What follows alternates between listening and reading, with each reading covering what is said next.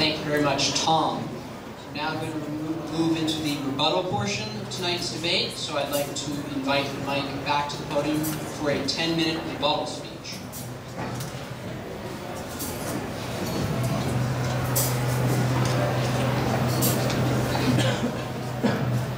Hey, thank you very much, Jeremy. I'm basically going to dive right into some of this rebuttal, because one of the things I noticed about a lot of what Tom had to say in his opening remarks and the positive evidence that he gave was that basically the three arguments that he gave were all around some sort of variation of a very familiar argument to me, which is the argument from the truth of the resurrection. He's told us that the New Testament material is authentic and reliable, that it is based on eyewitness testimony, and thirdly, that Paul's conversion was authentic. Now, I'm going to put in a few little problems for this belief. The main one being a sort of principle that we hold in skepticism, which is the difference between compatibility and validity. What Tom has actually given us is a fully compatible belief. He has shown us that all of the documents seem to agree with one another on what they say. Very similar to how all of my copies of Catcher in the Rye and The Wizard of Oz all seem to agree with each other. But that doesn't in any way tell us that the events that are in these stories actually happened. Furthermore, even if a single part of the belief is true, that doesn't justify the entire case. A great example just told to me was, that's like inferencing from the existence of a yellow road the entire story of The Wizard of Oz. It just doesn't follow from what's coming forward as evidence. So let's talk about the points in particular. First of all, the New Testament is authentic. Well, and reliable. Reliable is really key here. Well, there's a lot of things that they disagree with, and sort of important things, the type of things people might want them to agree about. For instance, the book of John does not contain a virgin birth.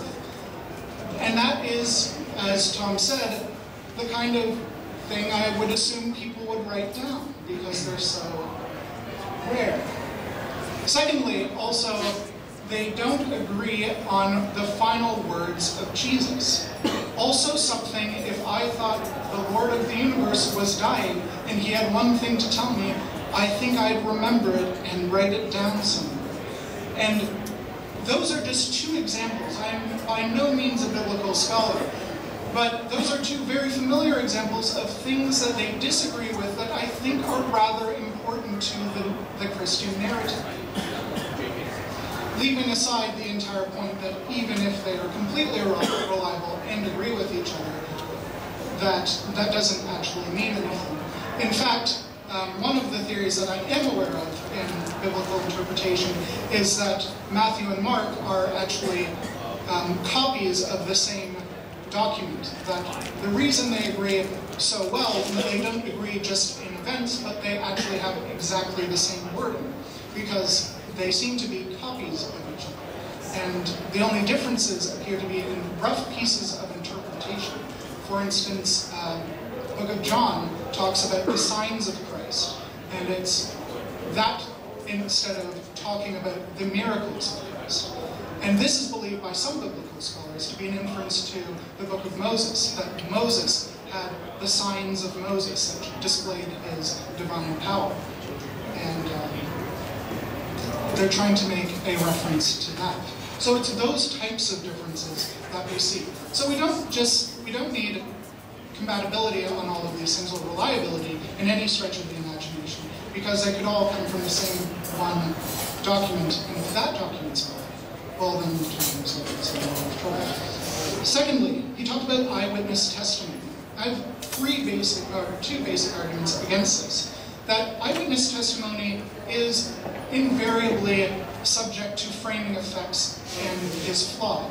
He gave us the example that, or the piece of evidence that it was only 30 years between the actual events and they're being written down enough time that people can actually remember it. Well, that's not actually the case.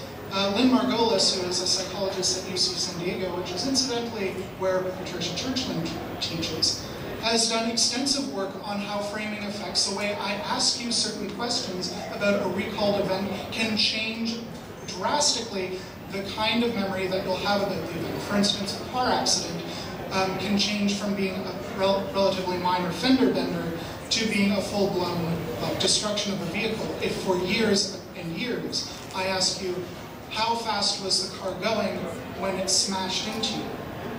Those types of framing effects cast a lot of doubt in legal scholarship about the use of witness testimony.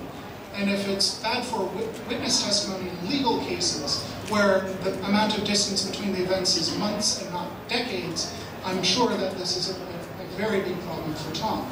Secondly, on eyewitness accounts, especially of the resurrection, I would say we have, incidentally, a perfect counterexample in our own world. Haile Selassie, who is the prophet and considered the messiah of the Rastafarian movement, is said to have resurrected from the dead. And he did so in the 1970s. Scientologists similarly believe that L. Ron Hubbard never died, that he converted himself into pure energy, and that he is still in some spooky type of existence in the world today. Now, those are two examples that are held by modern people in an age of reason. And they're incompatible with each other. Tom, at best, has given us a resurrection story, a story of someone not dying, which I can provide you with plenty of those. And said, and on top of that, he has the added bonus of having to deal with a society that was largely illiterate, ignorant of science, and prone to superstition. I think that casts a lot of doubt on the nature of the eyewitness testimony.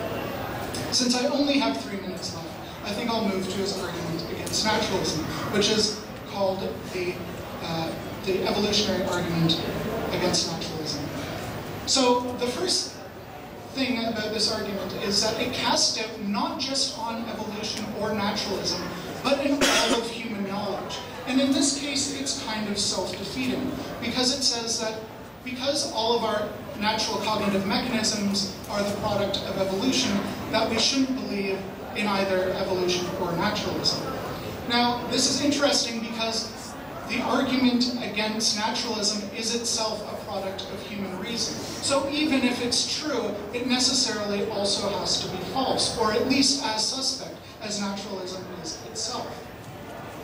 Secondly, I would say naturalism and evolution are not, by definition, intuitive beliefs. I would never put that in their category.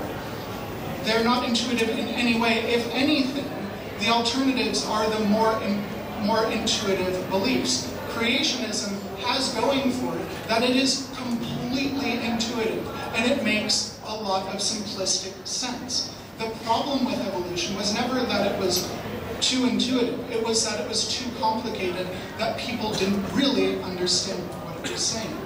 It took decades and piles of research, and even now, the minority of people in the world today are naturalists. It's the majority of opinions in academics, where people have to justify all of their beliefs, but it's the minority the world over. Thirdly, an example of this type of reasoning is actually given in psychology. A researcher that I'm very familiar with, Dan Sperber, has written in slightly the same vein. He's recently come out with an article that shows conclusively, with evolutionary reasoning, that our reasoning and intuitive systems are suspect. And this has been welcomed into the scientific literature. In fact, Jonathan Haidt, who is a philosopher at the University of Virginia, said that this psychological document, apart from any other, should be nailed on the front doors of the university in the same way that the fire exits are required to be there. So did all of evolutionary science just evaporate when this came out? No. Does Jonathan Haidt think that this is an example of the destruction of evolutionary psychology? No. In fact, the author of it, Dan Sperber, is an evolutionary psychologist. What he does think follows from it is a type of skepticism, that we have to be more skeptical and not less, more prone to naturalistic explanation, not less. In that fact, I think Tom's arguments do not fly. Thank you.